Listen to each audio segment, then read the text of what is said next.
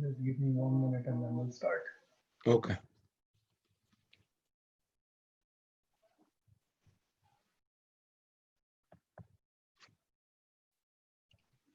Sheikh, can you do Surah Fatiha for our brother Qasim's older brother? Qasim, his name was Bilal, right? Bilal Raza Qasim? Jafri. Bilal Raza Jafri. Okay. So if you Bilal? can Surah Fatiha, Bilal Raza Jafri. Bilal Rada Ja'fari. Okay. Inshallah. Can do Surah Fatiha. Okay, in the beginning, right? Yeah, we can start now. Surah Fatiha for our brother Qasim's. Okay. He passed away? May Allah be Yes, pleased. he passed away this last week. Allah Akbar. May Allah be pleased with his soul. بسم الله الرحمن الرحيم الحمد لله رب العالمين ثم الصلاة والسلام على أشرف الأنبياء والمرسلين سيدي وحبيبي ونور قلبي طب القلوب ودوائها وعافية الأبدان وشفائها ونور الأبصار وضيائها أبي القاسم محمد اللهم صل على محمد وآل محمد وعلى أهل بيته الطيبين الطاهرين المعصومين الهاديين المهديين الذين ذهب الله عنهم الرجس وطهرهم تطهيرا اللهم صل على محمد وآل محمد. My dear brothers and sisters, there is a request of Surah Al-Fatiha for Al-Marhum Bilal Rada Ja'fari. May Allah be pleased with his soul. Surah Al-Mubarakat Al-Fatiha. بسم الله الرحمن الرحيم الحمد لله رب العالمين الرحمن الرحيم مالك يوم الدين إياك نعبد وإياك نستعين اهدنا الصراط المستقيم صراط الذين أنعمت عليهم غير المغضوب عليهم ولا الضالين. بسم الله الرحمن الرحيم قل هو الله أحد الله الصمد لم يلد ولم يولد ولم يكن له كفوا أحد. بسم الله الرحمن الرحيم قل هو الله أحد الله الصمد لم يلد ولم يولد ولم يكن له كفوا أحد. بسم الله الرحمن الرحيم قل هو الله أحد الله الصمد لم يلد ولم يولد ولم يكن له كفوا أحد. اللهم صل على محمد وآل محمد.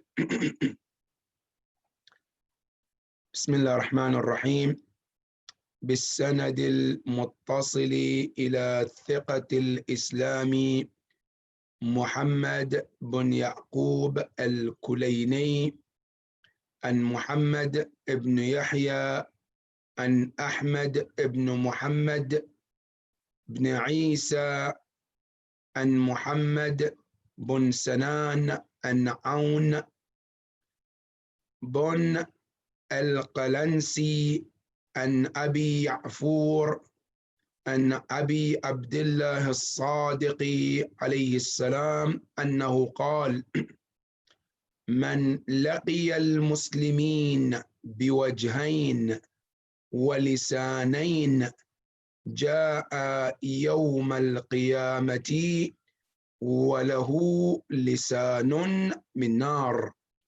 صدق الله وصدق الإمام عليه الصلاة والسلام.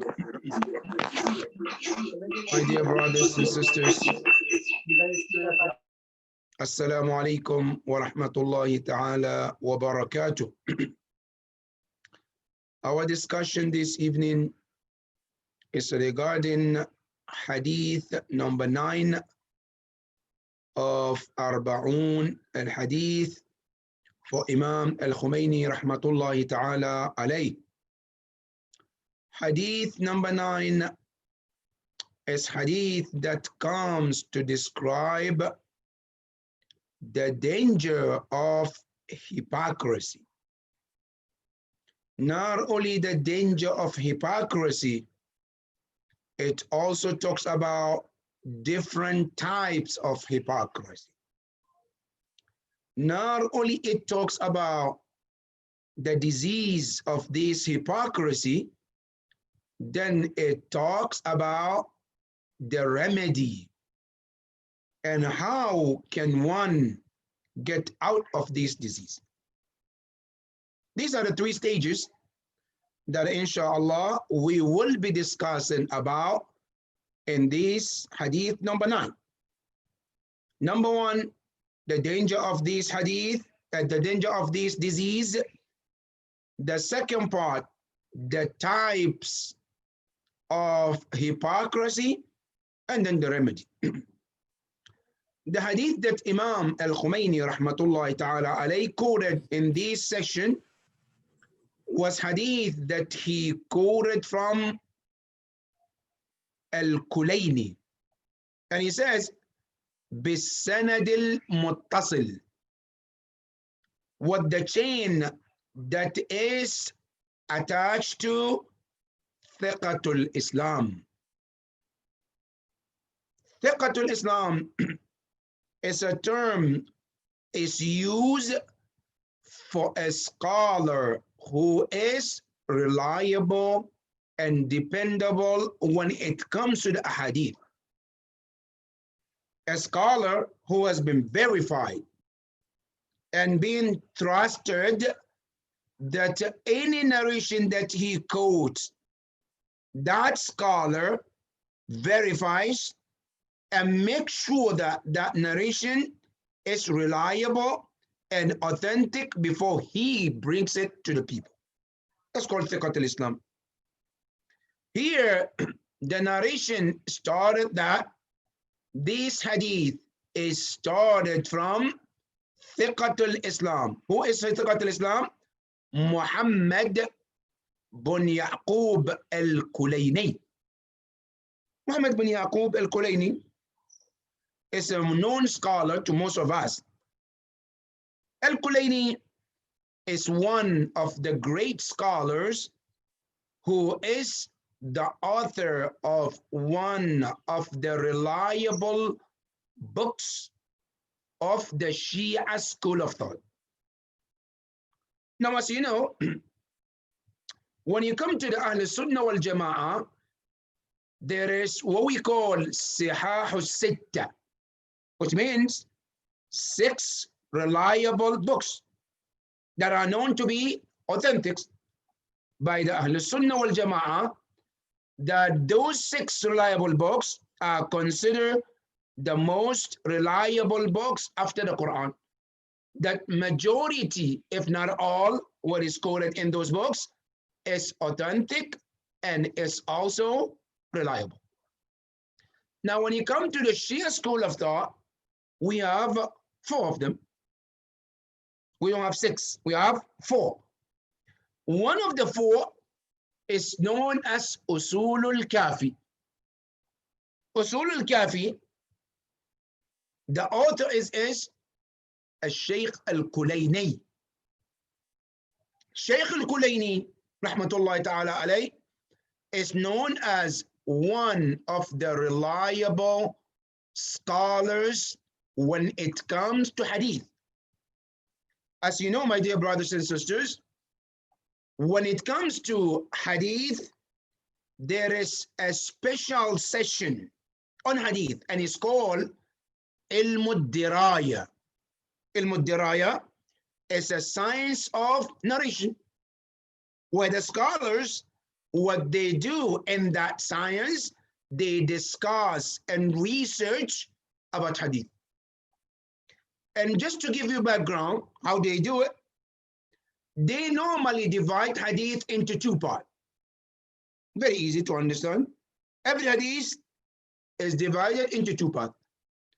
Part number 1, they call it Sanadur Riwaya or Sanadul Hadith. Sanadul Hadith means the chain of narrators. Every narration has to have a chain of narrators. Like as we started, this hadith has chain of narrators. It started from Muhammad ibn Yaqub al-Kulayni. He's the beginner. Then you go from him to An Muhammad bin Yahya. Sheikh al-Kulayni, He also quoted the narration from whom? From Muhammad, son of Yahya. Son of Muhammad, son of Yahya, also quoted from whom? From Ahmad ibn Muhammad. Ahmad, son of Muhammad. Now then he also quoted from whom? From Ibn Isa. Then also he also quoted from Muhammad bin Sinan. He also quoted from whom? From Aun bin al-Kalansi. He too also quoted from whom? From Abi Ya'fur. He also quoted from whom? From Imam Ja'far al-Sadiq alayhi salam. Now, what I just mentioned in Ilm al-Hadith is called Sanadul Hadith, which means the chain of narrators. Now, there is a very, very extensive research and science when it comes to this, that our scholars, before they even talk about Hadith is Sahih, Hadith is Da'if, Hadith Muwathaq, anything about the Hadith, they have to check about the chain of narrators. And there is a very extensive research about it. Okay, now how do they do that? Just to give you background about how they work in terms of the sanad, what they do, they check every narrator, from the one that started to the one that narrated from the Ma'soom or from the Prophet. They have to see, is that they generation after generation, or there is a generation that is missing. If a generation is missing, right, what does it mean? For example, I quoted from a man, and that man didn't happen to live in my time, but I'm quoting from him. That makes the hadith weak. Why? Because I should not be able to quote from him, because we didn't live at the same time. How did I get to quote from him? So that means I have to quote from someone who lived with him and me at the same time, right? Or that generation is a generation that is between me and that person, so that there is what we call al-ittisal. There is connection. That's the first thing the scholars do, and there is an extensive research about it. Now, after they find all of that, then they have to go and find detail about each and every narrator. How was he? Was he reliable? Has he ever been known to be a liar? Has he ever been known to be a person who is after dunya, where he can be bought to make a narration or to fabricate hadith? All of these have to be checked. And I'm saying this to understand how much these scholars spend time, life, energy, resources, just to make one hadith authentic. That is number one, called Sanad al-Hadith. They finish with that, then they come to the next part, and they call Matnul Hadith, which means the text. The text, before anything about the text, they have to evaluate with the Quran.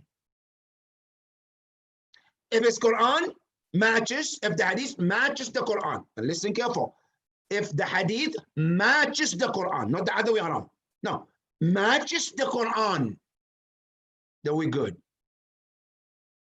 Then they go, it's not enough. Then there is more details about the wording, right? What does it mean? Does it mean mustahab, wajib? The detail and extensive research about the wording. After they finish with the wording, then they come to understanding. After they finish, then they come to find out, is the hadith is called mutawatir or ahad? Al-mutawatir is the hadith that is quoted by many, many companions. Al-ahad, no, just quoted by very, very few. 1, 2, 3 here and there, and that's it. Right? Now, they have to check all of these. And after finding the hadith is authentic, now they can say this hadith is authentic. And that is when the maraji goes to pick that hadith and make fatwa on it. Halal, haram, makruh, mustahab, mubah. All of these come after all this extensive research about the hadith. So what I'm saying to say is, when hadith comes to us from the scholars like Imam al-Khumaini rahmatullahi ta'ala alayh, a lot has been put in to research and make sure that the hadith is authentic before it's brought to us. If the hadith is not, they throw it. There are so many reasons how they feel hadith, or they say this hadith is not authentic. But whatever the case is, this hadith has been proven by the scholars that it is authentic. From the chain of narrators, as we mentioned, and the chain of narrators go to whom? The last one that quoted from Imam Ja'far al-Sadiq alayhi salam is known as Ibn Abi Ya'fur, one of the companions of Imam Ja'far al-Sadiq alayhi salam, that he says he quoted from Imam. What did Imam say? He says, Man laqiya al-Muslimin. Al-liqa in Arabic means meeting. Al-liqa means to meet someone. Laqiya, he met. It's a man in Arabic. It's a word that is used lil-aqil. Lil-aqil means any being such as angels, jinn, humans. If it's غير العاقل, what do they use? They use ma. Now, here there is man laqiya al-Muslimin. Whoever meets Muslims, whoever. And man here, whether it's jinn, whether it's male or female, doesn't matter. Man laqiya al-Muslimin. Biwajhain. Whoever meet Muslims with two faces. Al-wajh in Arabic means face. Al-wajhain is called muthanna. Muthanna means dual. Two faces. Now what does it mean, two faces? Two faces, does it mean literally some people have two heads, one face, one other face? No, there's no such thing. Human being is created with one face. Now, what the hadith meant here, ذو وجهين, two faces, which means they show their face to one group of people or up to a person, right, in front of him, they show a face. During the person's absence or during the absence of those group, then he brings another face completely different than the previous one. In other words, they act different for the first person or the first group, and they act differently with the second group. That's called the wajhain. I see a person, I face him with one face, looking nice, smiling, that's one face. As soon as he leaves, different face. That's called dhu wajhain. But let me explain what Imam rahmatullahi ta'ala alayhi exactly means with dhul wajhain. He said dhul wajhain is an yubdi al-mar'a, an yubdi al-mar'u ظاهر حاله, which means when a person, in Arabic when they say al-mar', is a word that is used for male or female, which means this can apply to a female and it can apply to a male as well. Doesn't make difference. So it says an yubdi al-mar'u, a person to show right? ظاهر حاله, his appearance, his image or her image, right? وصورته الخارجية لهم على خلاف ما تكون في باطنه. He shows something different than what is hidden inside. What does it mean? Sometimes a person goes to a group of people or to a person, he tried to show his appearance, how religious he is, how very practicing he is or she is. That is the impression he gives, right? And this can be in all levels. For example, a person can come, the way they dress can give a certain impression. That image, the way he dressed, gives different impression. Now, then when you look into his internal, right? What is his in heart is completely different. That is called ذو وجهين. That is what Imam alayhi salam is talking about. I show an image to people to see something, but in reality, my internal is completely different thing. That is called ذو وجهين. That's number one. So Imam says, Man laqi Allah, whoever meets, or man laqi al-Muslimin, who meets Muslims, biwajhain, give image, but in the internal, something different, right? That's number one. And then he says, Nar ulida aw lisanain, or a person with two tongues. Lisan means tongue. Lisanain, it means two tongue. Now, what does it mean? Nobody has two tongues, right? Like some snakes. No, every human being has one tongue. Now, what Imam meant with ذو lisanain also is an expression Imam alayhi salam is giving about some people. They will say some things in front of you. They will, say things in your presence. But the moment you turn back, the same person will say something absolutely opposite of what he said about you when you were there. In other words, in front of you, in your presence, they will say something positive. The moment you turn your back, the same person, about the same person he just spoke about, turn to say something negative. That's called ذو lisanain. Imam says, Man laqiya al-Muslimin, whomever met Muslims with two faces or two tongues, جاء يوم القيامة.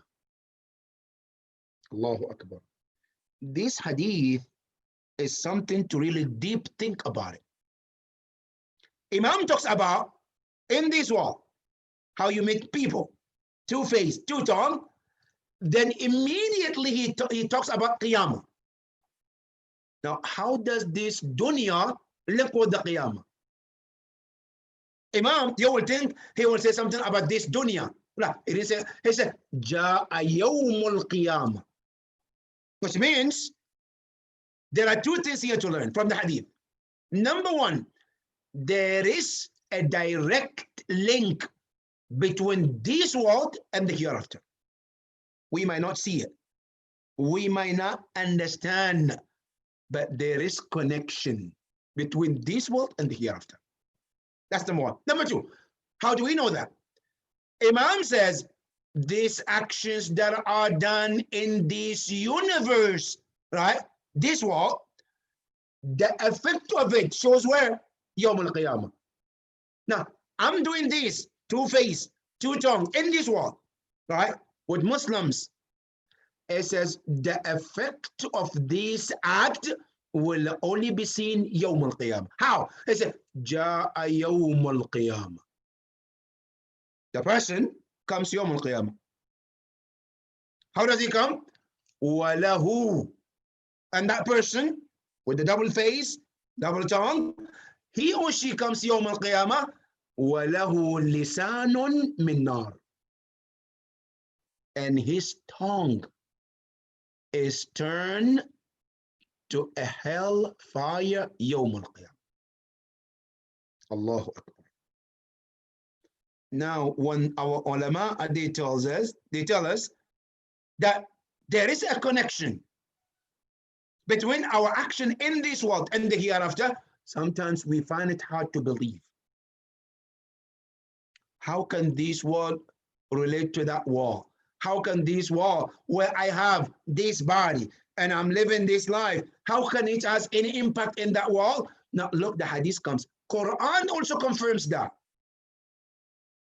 There are so many ayahs in the Quran which tells us, yes, there is a connection between this world and the hereafter. Now, one of the ayahs that Quran talks about, it says, فَمَنْ يَعْمَلْ مِثْقَالَ ذَرَّةٍ خَيْرًا يَرَى. Now, listen carefully to the ayah. مَنْ يَعْمَلْ, whoever act, where? In this world. يَرَى, will see, where? There. Now, how can I work here and then see there? Why can't I see here? Now, here the ayah tells you there is a connection between this world and the hereafter.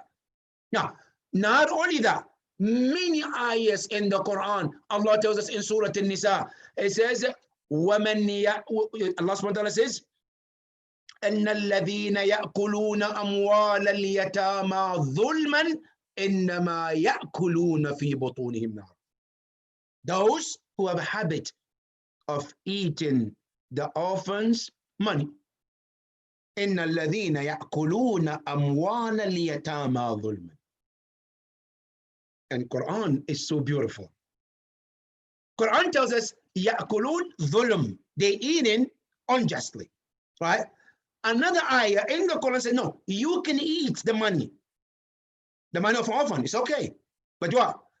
فَلْيَأْكُلْ بِالْمَعْرُوفِ. You are given responsibility, taking care of this orphan. You have no income. The child has an income. Quran says you can also use from it. That's fine. But what? Don't take advantage of this and abuse this child and his property and his wealth. But if you are going to use it within the right circle that is permissible, logically, it's decent, Islam says that's fine. Now, if I do opposite, which is abuse it, what did the Quran say? إِنَّمَا يَأْكُلُونَ فِي بُطُونِهِمْ نَارًا. Allah said, whatever they put in their stomach as food, as they eat, Allah subhanahu wa ta'ala says, let them know that it's not a food. It's actually what? A fire. Now question. What about what they wear? They might not eat it, right? They might buy clothes. They might buy shoes. They might buy a watch. How about that? Huh. All of these include in what? يأكلون. All of these. Now somebody can say, oh, the ayah says, يأكلون. I might buy food, chicken, meat, drink. No, I'm not going to do that. I might buy clothes. No, all of these part of what? Expenses that you do unjustly regarding an wealth of an orphan. Now, but my point is this. Quran says, إِنَّمَا يَأْكُلُونَ فِي بُطُونِهِمْ نَارًا. They only put in their stomachs hellfire. Then Quran says, وَسَيَسْلَوْنَ سَعِيرًا. But Yawm al-Qiyamah, this act will lead them to a hellfire called Sa'ir. That's called Sa'ir. Sa'ir is one of the levels of the hellfire, which is specifically meant for certain individuals. One of them is people who happen to eat the money of orphans unjustly. That is the Quran. So there are so many ayahs in the Quran indicating there is links between this world and the hereafter.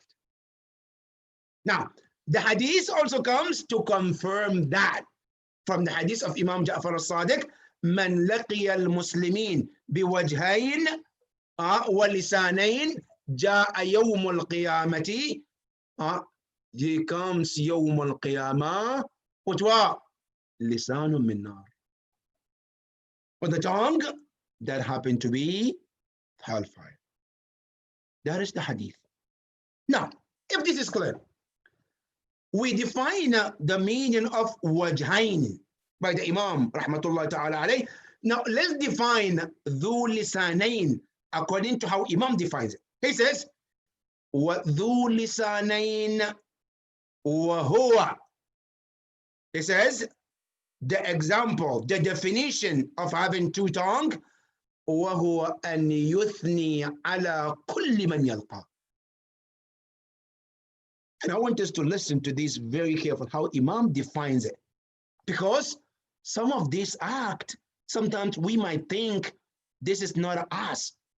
But as you sit down and you think and you try to analyze it, sometimes you find this is me.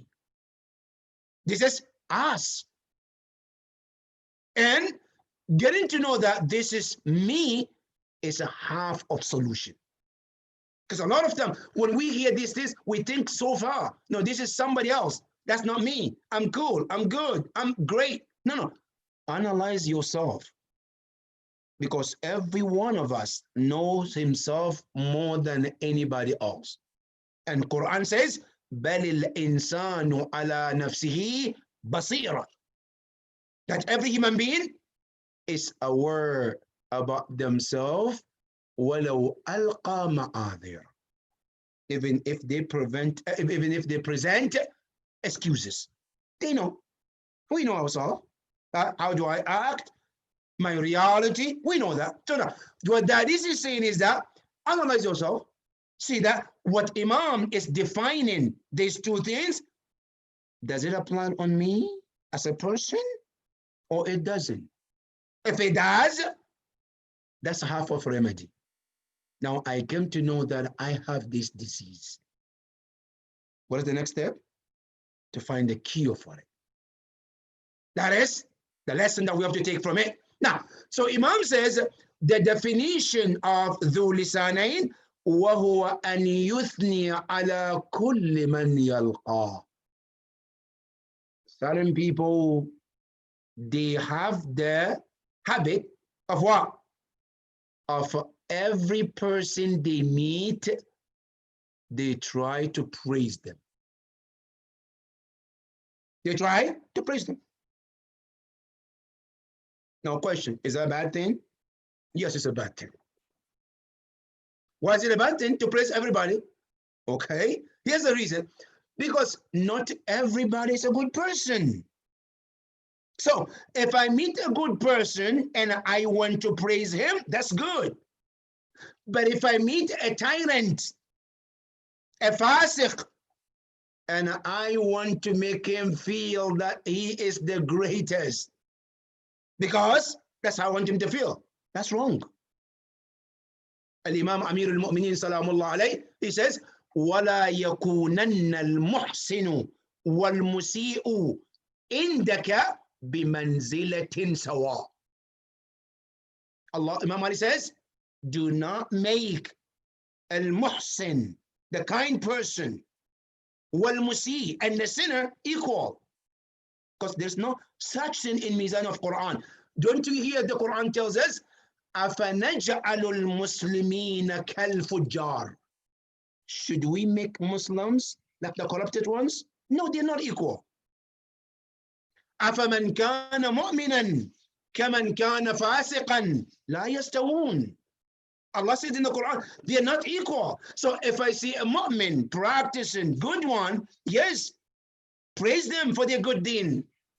But I should not be praising a fasiq for any other reason. No. That's what the hadith is saying.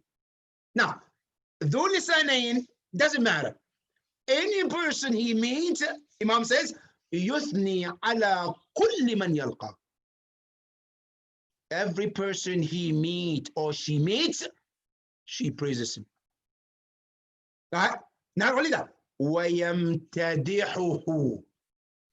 المدح, praise, right? Glorify, right? Not only that, ويتملقه. التملق make them feel good.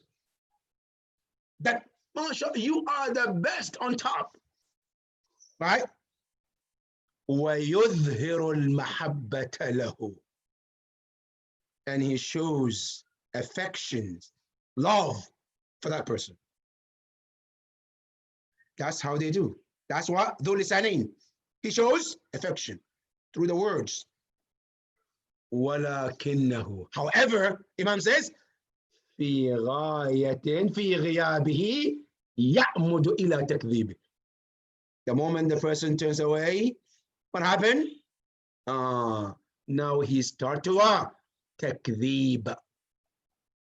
Calls everything I said is nothing but false. He is not what I just said about him. Not only that, it says, وإلى استغابته. Then the backbiting start. Now that is not. That is called ذو لسانين. That's how Imam defined it. When a person has this habit, that's called ذو لسانين. No, let me explain to you, brothers and sisters. You know, there are some people, they always want to be loved by everyone. Right? I don't want to hurt anybody's feelings. I want to be cool dude. I want to be cool guy in the family, in the neighborhood, at workplace, which is okay, right? You want to be good, that's fine. But based on which mizan? Based on which scale? In Islam, there is a scale. Al-mu'minun, good people, yes. Bad people, no. Now, you look at the people like our Imams, alayhi salam. Imam Ja'far al-Sadiq, alayhi salam. When one time he was invited by Mansur al-Dawaniqi, where everybody goes to him, praises him, because they don't want to get in trouble, they want to get money, they want to get closer, you name it. And Imam Ja'far al-Sadiq, alayhi salam, he goes there. Mansur al-Dawaniqi asks him, Ya ibn Rasulillah, لما لا تأتينا كما يأتينا غيرك? Why don't you come like anybody else? People come here, they sit down, they chat, they eat, they drink, they talk, right? They want closeness to us, and why don't you do that? Why don't you do the same thing like them? Well, Imam Ja'far al-Sadiq alayhi salam responded.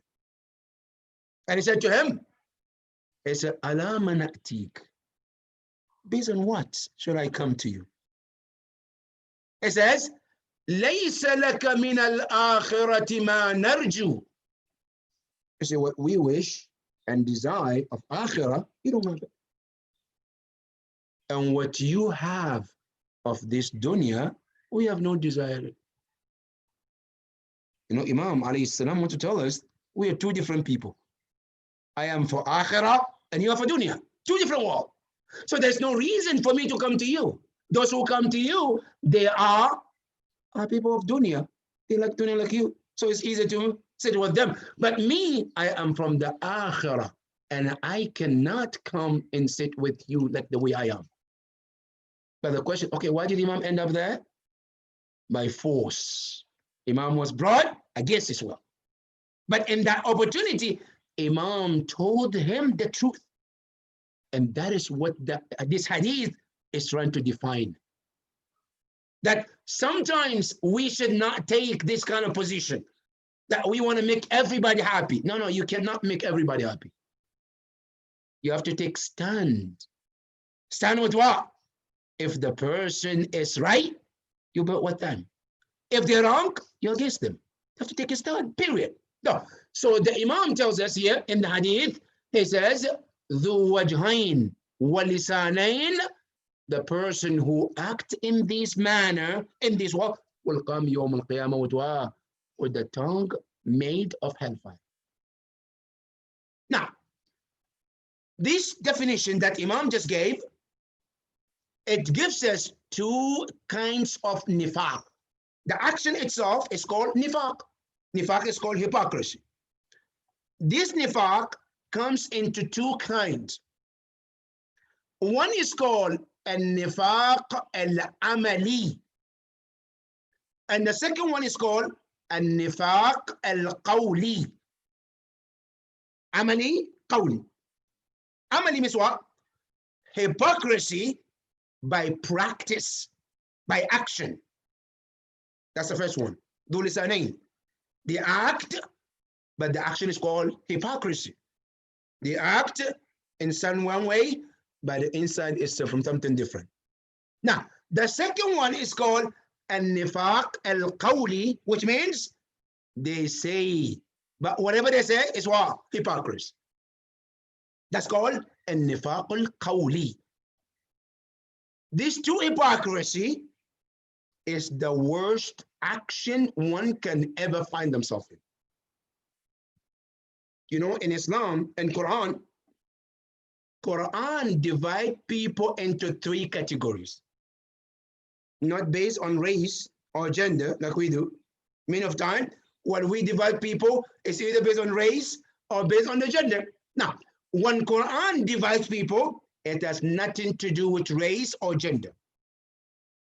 What does it have to do with? It has to do with your belief and your faith.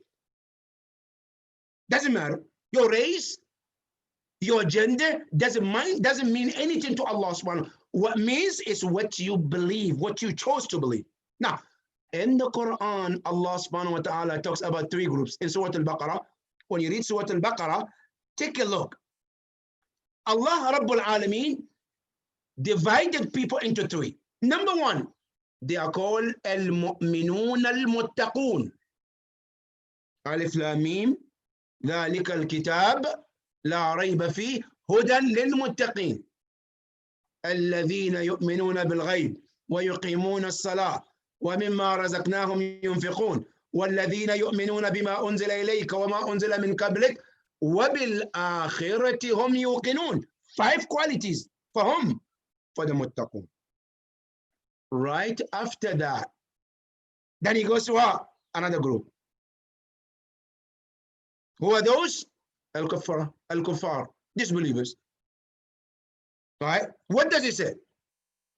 ختم الله على قلوبهم وعلى سمعهم وعلى أبصارهم غشاوة. Allah talks about them too. Then right after this, then he talks about the third group, which are called al-munafiqun, hypocrites, hypocrites. Right? Allah subhanahu wa ta'ala described them.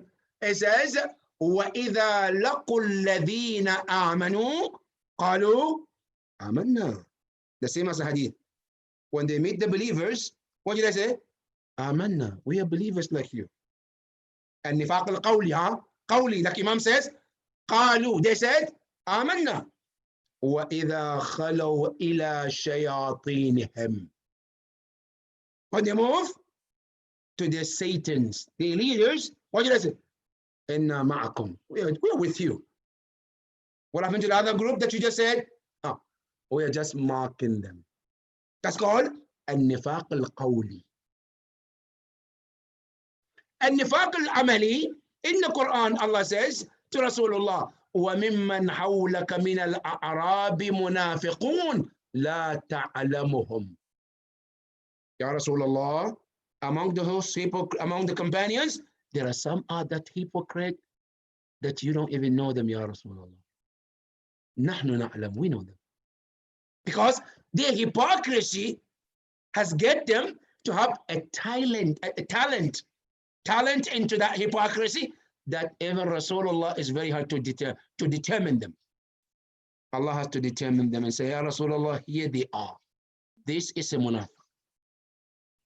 And Quran says, سَنُعَذِّبُهُمْ مَرَّتَيْن. We will punish them, Ya Rasulullah, twice. That is in the Quran. Now, let me take you to the hadith of Ahlul Bayt alayhi salam. Imam Ali alayhi salam, the man who fears no one but Allah subhanahu wa ta'ala. Listen to what he says about the munafiq.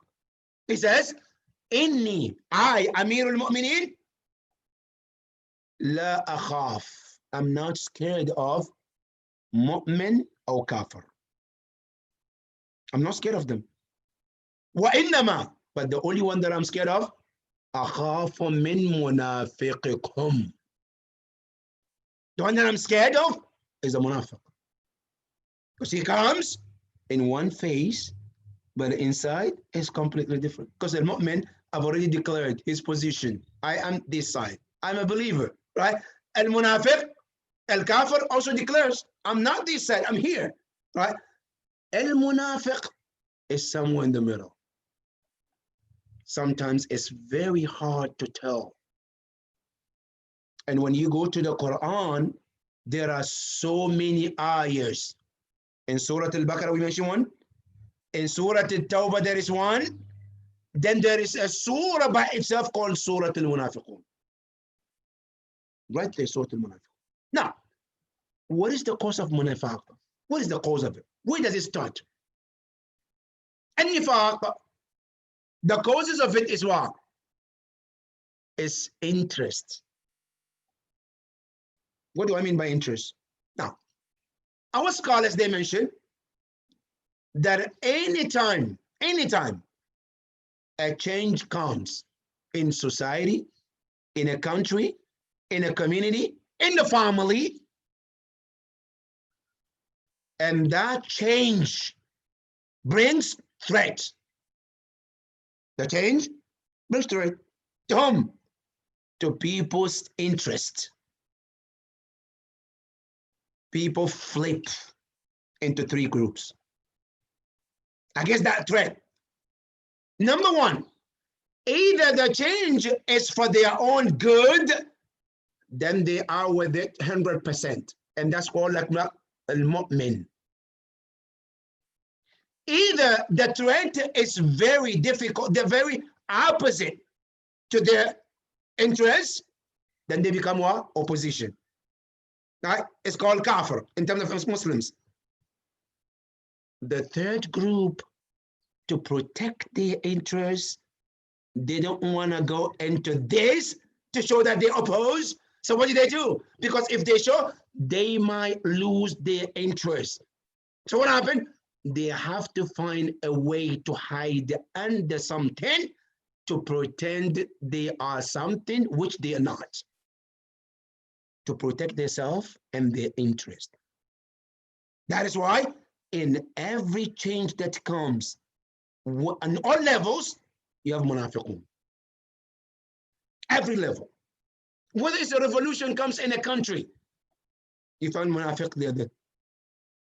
You find the opposition, you find the group that are with that group, and their oppositions, and then they are the one that in the middle.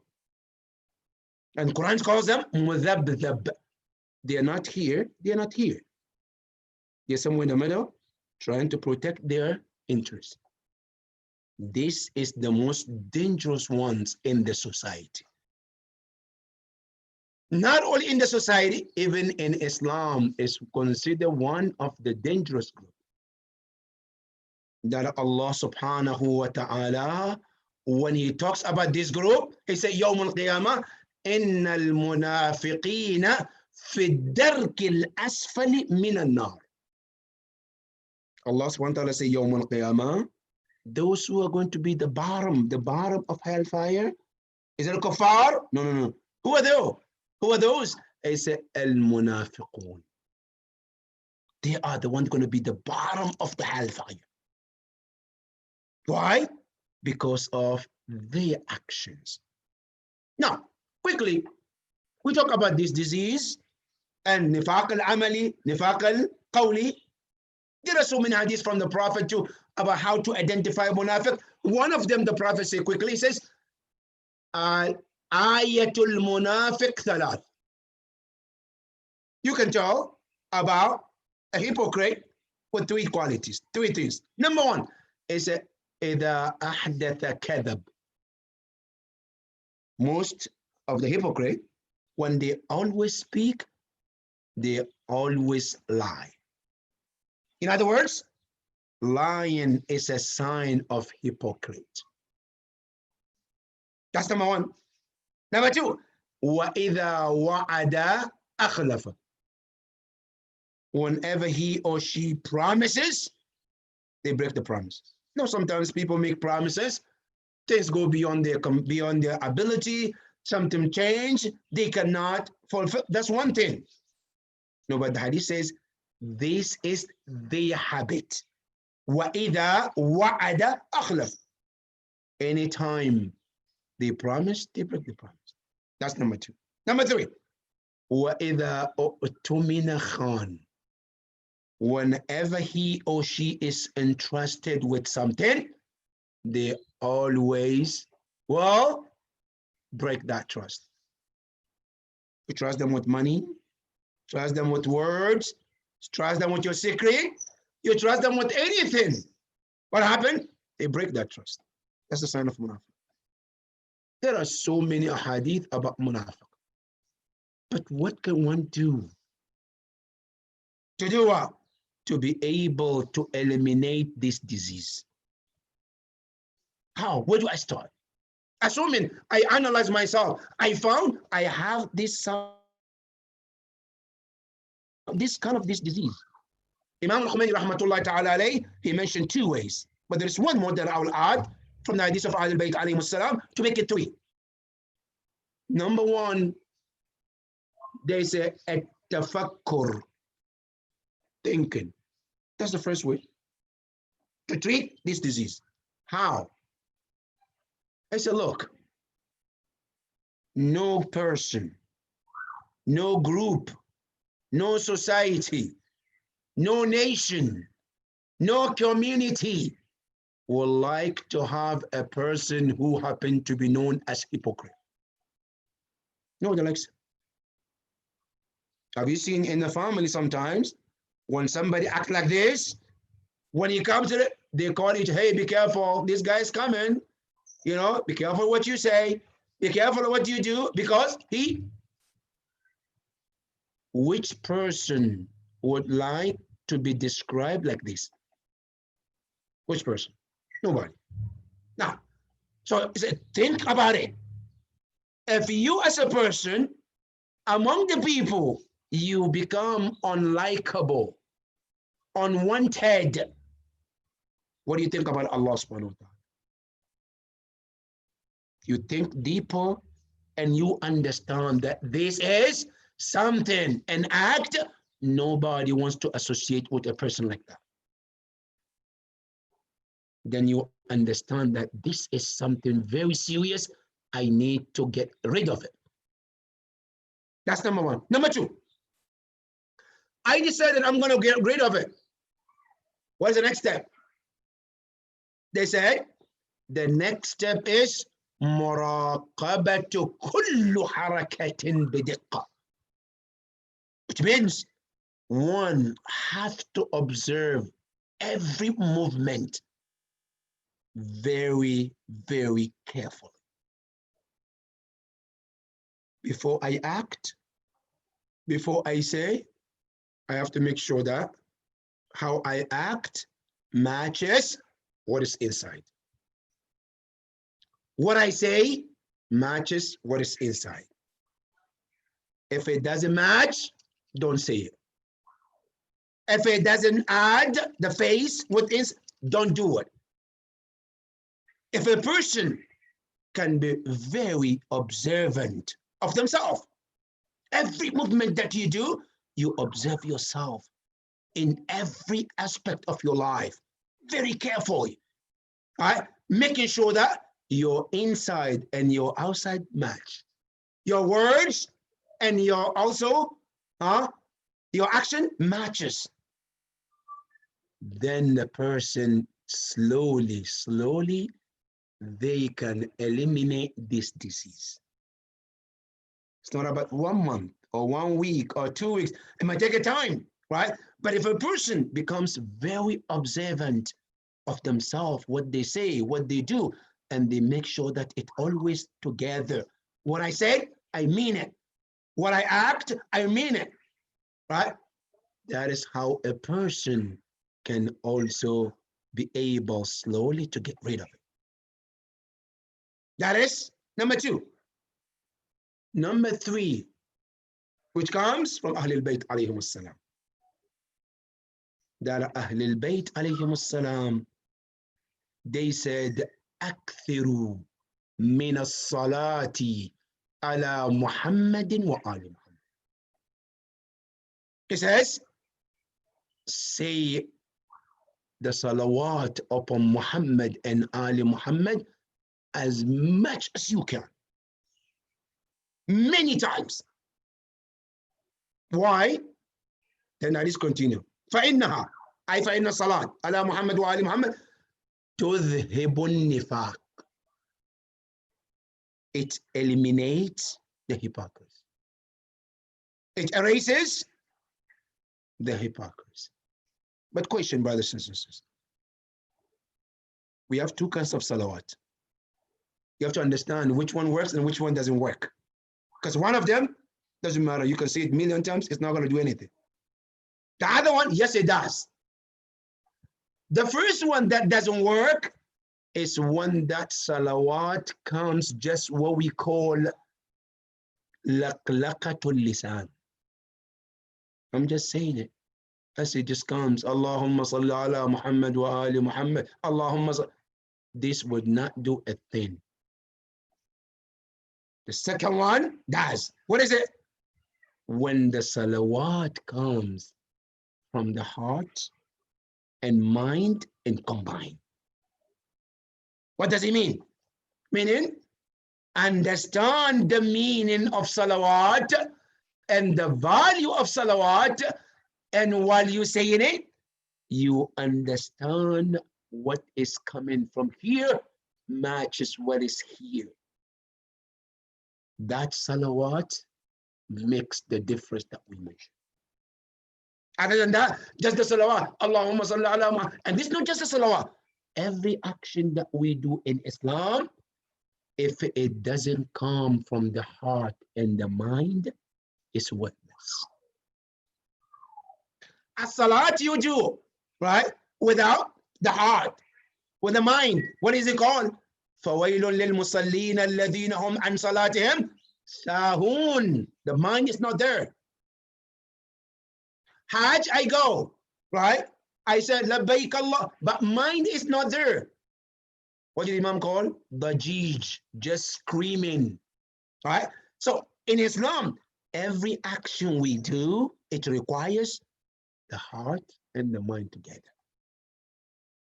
Which means I have to learn the meaning of salawat and then say it for this meaning, which means to erase this internal disease of nifaq and hypocrisy.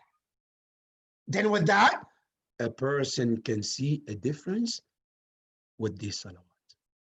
I pray to Allah subhanahu wa ta'ala that we're able to get rid of this disease. Ya Rabbil Alameen. Ya Allah, help us day in and day out to overcome this disease of the soul.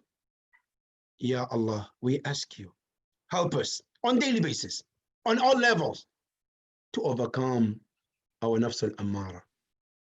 إنك على ذلك قدير وبالإجابة جدير وصلى الله على محمد وآل محمد. اللهم صل على محمد وآل محمد. Thank you, Jazakallah Sheikh. Thank you very much for excellent lecture. If anybody has any question, you can either unmute and ask the question, or if you don't want to ask, you can type the question in chat, and I'll ask for you with Sheikh Jalil. So if anybody has a question, you can start. Otherwise, I'll ask to start the questions. Sheikh, nobody has unmuted, so I'll ask you a question. Actually, 2 questions. One is about when somebody is truly confused and they don't know if they're on this side or that side. Like they're trying to figure it out. At that point, basically, are they considered doing nifaq, or basically they're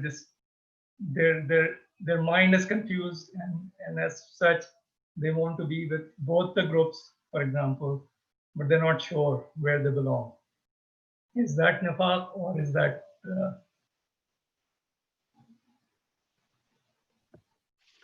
When a person is in the moment of research, trying to find the truth, no, it's not called munafiq. The person will not be called munafiq. And munafiq is when a person made their decision, they already know, and they made their decision that this is my belief. Like when you go to the ayah we just mentioned, they say, وَإِذَا لَقُوا الَّذِينَ آمَنُوا قَالُوا إِنَّا مَعَكُمْ.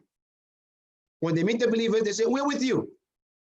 وَإِذَا خَلَوْا إِلَى شَيَاطِينِهِمْ. When they go to their satans, their leaders, قَالُوا إِنَّا, we say, we are marking them. So I mean, they already decide they're here, but they're pretending they're there.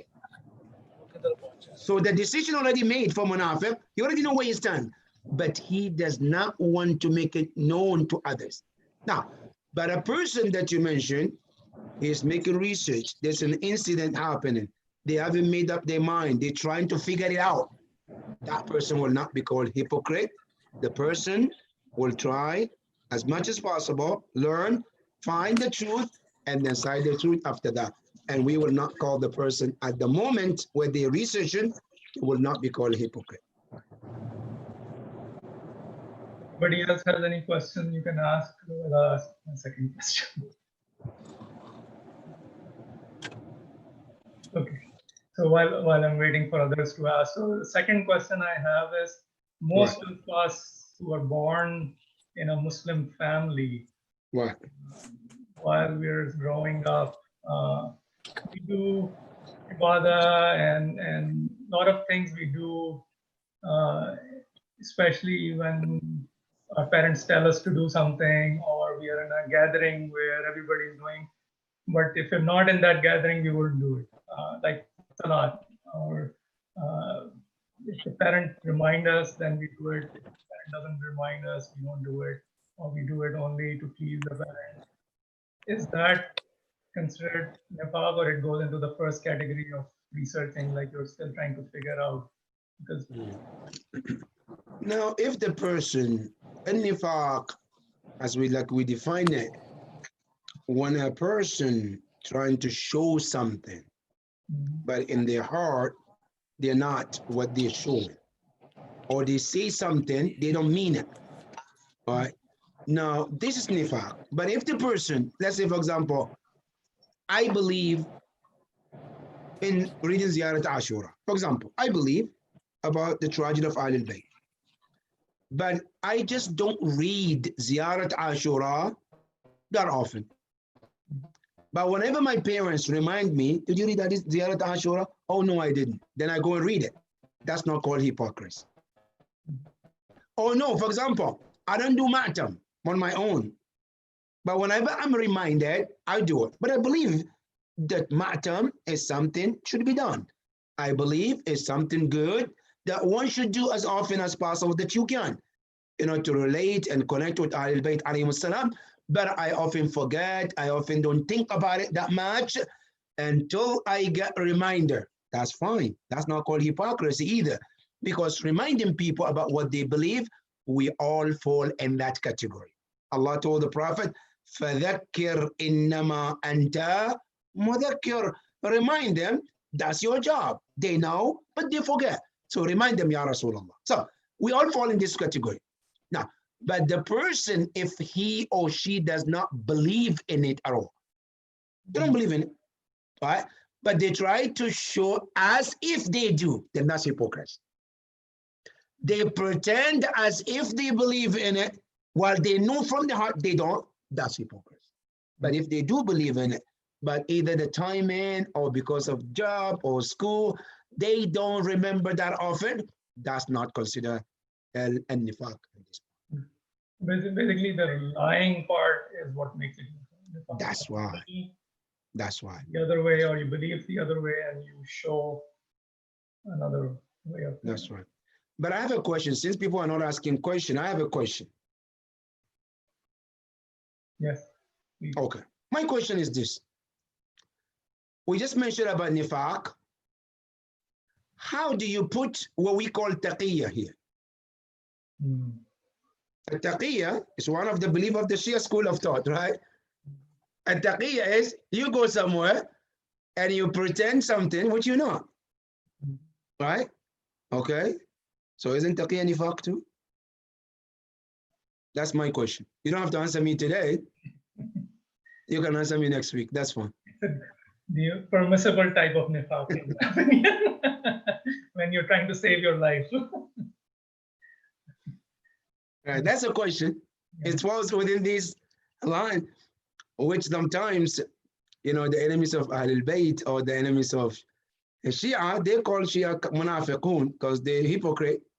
You know, they come, they're not what they are, and they say who they are, and they pretend they are, but they're not. So that's hypocrisy too. And we say, no, it's not. But how do we answer this in this situation? Yeah, taqiyya is allowed, so it must be permissible at least, if not recommended or. That's right. That's right. No, definitely, because Quran is what encourage us to do taqiyya. Allah subhanahu wa ta'ala said in the Quran very clearly, إِلَّا أَن تَتَّقُوا مِنْهُمْ تُقَاتٍ. Allah said in the Quran in Surah Al-Imran, it says, you are allowed to pretend when your life is in danger. Allah subhanahu wa ta'ala said that. Now, that is one. Another ayah in the Quran, وَقَالَ مُؤْمِنٌ مِّنْ آلِ فِرْعَوْنَ يَكْتُمُ إِيمَانًا. Allah subhanahu wa ta'ala says, one of the mu'min Ali Fir'aun. Mu'min, one of the persons that was a believer from the people of Fir'aun, because yaktum. He was hiding his faith. Allah subhanahu wa ta'ala said, mu'min yaktum. That's two. Number three, the ayah that was revealed in regarding Abu Dharr al-Ghafari, who was taken to the custody by the mushrikeen, and they forced him to say bad things about Rasulullah. Abu Dharr al-Ghafari refused. He was threatened that they will kill him. Abu Dharr al-Ghafari, to defend his life, he said bad thing about the Prophet. He ran to the Prophet, crying. Rasulullah asked him, what's the matter? Is everything okay? He wouldn't say anything. He cannot even talk. Then Allah subhanahu wa ta'ala sent Jibreel. Ya Rasulullah, listen to what happened. إِلَّا مَنْ أُكْرِهَ وَقَلْبُهُ مُطْمَئِنٌ بِالْإِيمَانِ. Except those who were forced. Ikrah, forced. وَقَلْبُهُ. He was forced to say it, but his heart was filled with Iman about you, to save his life. So when we say at-taqiyya, you have the faith in your heart, you believe, but to save your life or somebody's life, Islam says you're allowed to hide your faith. And we see Rasulullah sallallahu alayhi wa alayhi, in the Quran, he did a lot of taqiyya. One of the examples from the Quran, when Rasulullah was asked, Ya Rasulullah, mushrikun, who between you, Rasulullah, and us, the mushrikeen, who is on the right path? Are you on the right path or us? And the Prophet knows at that early stage of Islam, if he said, I'm right, you're wrong, okay, it's going to be a bloodshed, because that's the only language they understand. So then the Prophet used taqiyya by saying, وَإِنَّا أَوْ إِيَّاكُمْ لَعَلَى هُدًى أَوْ فِي ضَلَالٍ مُبِينٍ. He said, either you or me, one of us, is on the right path, which could be you, could be me. But I'm not saying you or me, right? Or one of us is misguided. Now, Rasulullah didn't know he was on the right path? Of course, you know. Quran was saying, Yasin wal Quran al Hakim, innaka lamina al mursalin ala siratin mustaqim. But here Rasulullah didn't say, I am on the sirat al mustaqim, and you are on the, no, he said, wa inna, one of us, is on the right path, one of us is on the wrong path. It could be you, it could be me. That was the taqiyya, right? So taqiyya is a way that Islam or Quran has taught to protect a life. That is why taqiyya, in our belief, it has rules. Sometimes it's wajib, sometimes it's mustahab, sometimes it's haram. It's not all the time I can do taqiyya. No. That's depending on the situation. Some situation is haram to do taqiyya. Some situation is wajib. Some situation is mustahab. Now, how did we come with this rule? Because Quran and Islam has something to do with that. Yes. There is one question on the chat. Sometimes one tries to be nice to others. Is that nifaq? I think you touched upon it in your lecture also, to be nice to people. Right. Being nice to somebody is highly recommended in Islam. All right, being nice to people. Islam recommended us, look, be nice to people, smile on with people, be kind, be nice. Islam encourages that. But you gotta know where and when to be nice to people. Number one, people, good people, you want to be kind to them? Islam says yes, why not? A person is not a good person, but you try to bring him to that good path, teach him the morality, the mannerism. There's nothing wrong with that, that's fine. But people who are oppressors, tyrants, arrogant, you being nice to them is like you are supporting what they do. That you don't have to be. When a person becomes at that level where he thinks that he is the best, nobody can tell him everything he's doing is right, then you should not do anything to make him feel like he is doing the right thing. No, we have to let them know that they're wrong. And that is how we're supposed to do. But being kind to other people, general people, no, that's not hypocrisy. That's okay. Any other questions anyone has? You can unmute and ask the question or type it.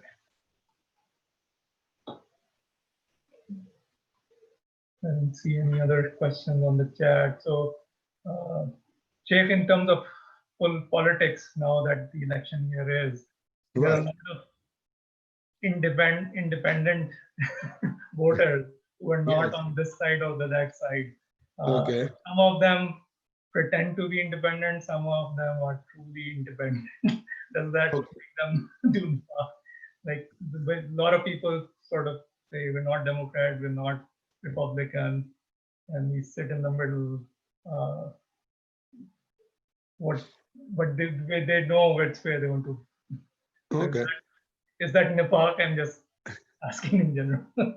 You're pretending to be independent when you're not. Right. Now I believe that when a person, right, being independent, meaning, there is something wrong with this group, there is something wrong with this group, and we form in a third group. There's nothing wrong with that. Okay. Right? As long as there is a reason that this group is not the right group. Okay. This group is not the right group, then we can form the third group, right? I'll give you one example. At the time of the Prophet, when the Prophet passed away, there were two groups.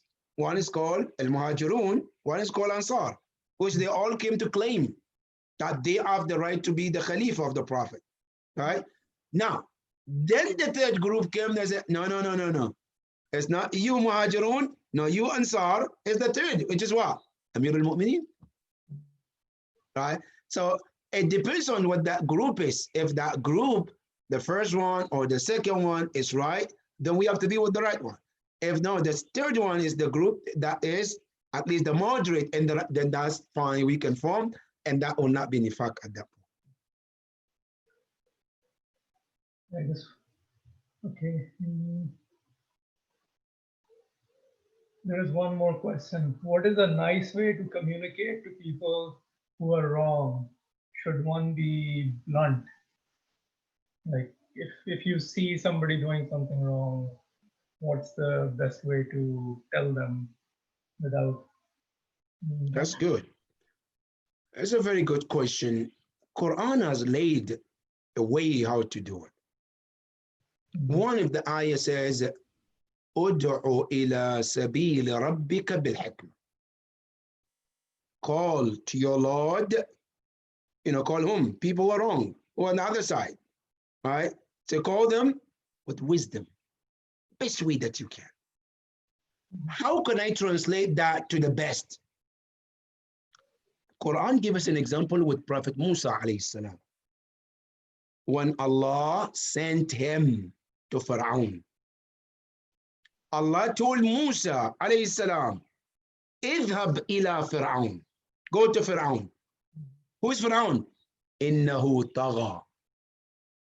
He has exceeded his limit, which means it's unjust. Okay, then what? Allah said, فَقُولَا Ya Musa and Harun, when you go to him, فَقُولَا له. Say to him. What should we say? قَوْلًا لَيِّنًا. Soft words, nice words. Why? They're going to say, لَعَلَّهُ يَتَذَكَّرْ أَوْ يَخْشَى. That soft words might sit in his heart or will make him to become God-weary. Now that is the beginning. How you treat with the bad person or with the wrong person or the person that is not on the same page with you. Now, Musa alayhi salam went there and he did exactly what Allah told him to do. Right? Now, if it works and make the person humble and becomes the person listening, we're good. But if the person continues in their arrogance, they continue in unjust, like what Pharaoh did, the more Musa gives him sign to come towards Allah, the more he becomes arrogant. Like Musa showed him the stick. He also brought magicians. Magicians became Muslims. He tried to kill all of them. But anytime Musa tried to bring him closer, he brings something even worse. It got to the point where Musa said, now I'm sorry, you have exceeded all these options. What is the option? Say the option is Allah to deal with you in the way that he feels. And that is when Allah made him to drown. And even at that moment when he was asking Musa for help, Musa could not help him because at that moment, everything, all the means has been exhausted. So that's the same thing with us too. When we are to call people to our side, we have to be extremely nice and kind as much as we can. That's the best way to do it. Okay. Thank you very much, Sheikh. Anybody else has any questions before we end? Okay, I think that's it with the question. So maybe we can recite Surah Fatiha again for Brother Bilal, Brother Jafri. Inshallah. بسم الله الرحمن الرحيم الحمد لله رب العالمين الرحمن الرحيم مالك يوم الدين إياك نعبد وإياك نستعين اهدنا الصراط المستقيم صراط الذين أنعمت عليهم غير المغضوب عليهم ولا الضالين بسم الله الرحمن الرحيم قل هو الله أحد الله الصمد لم يلد ولم يولد ولم يكن له كفوا أحد بسم الله الرحمن الرحيم قل هو الله أحد الله الصمد لم يلد ولم يولد ولم يكن له كفوا أحد بسم الله الرحمن الرحيم قل هو الله أحد الله الصمد لم يلد ولم يولد ولم يكن له كفوا أحد اللهم صل على محمد وآل محمد. Before we end, Sheikh, let's do a dua for all the people who are suffering from this COVID-19. It's spreading very fast again here, and then especially in India and Pakistan. Yes.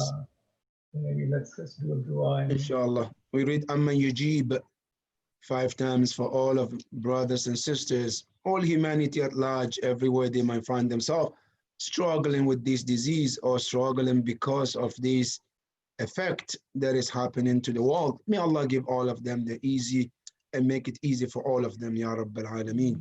Bismillah ar-Rahman ar-Rahim. Allahumma salli ala Muhammadin wa ali Muhammad. Allahumma salli ala Muhammadin wa ali Muhammad. Allahumma salli ala Muhammadin wa ali Muhammad.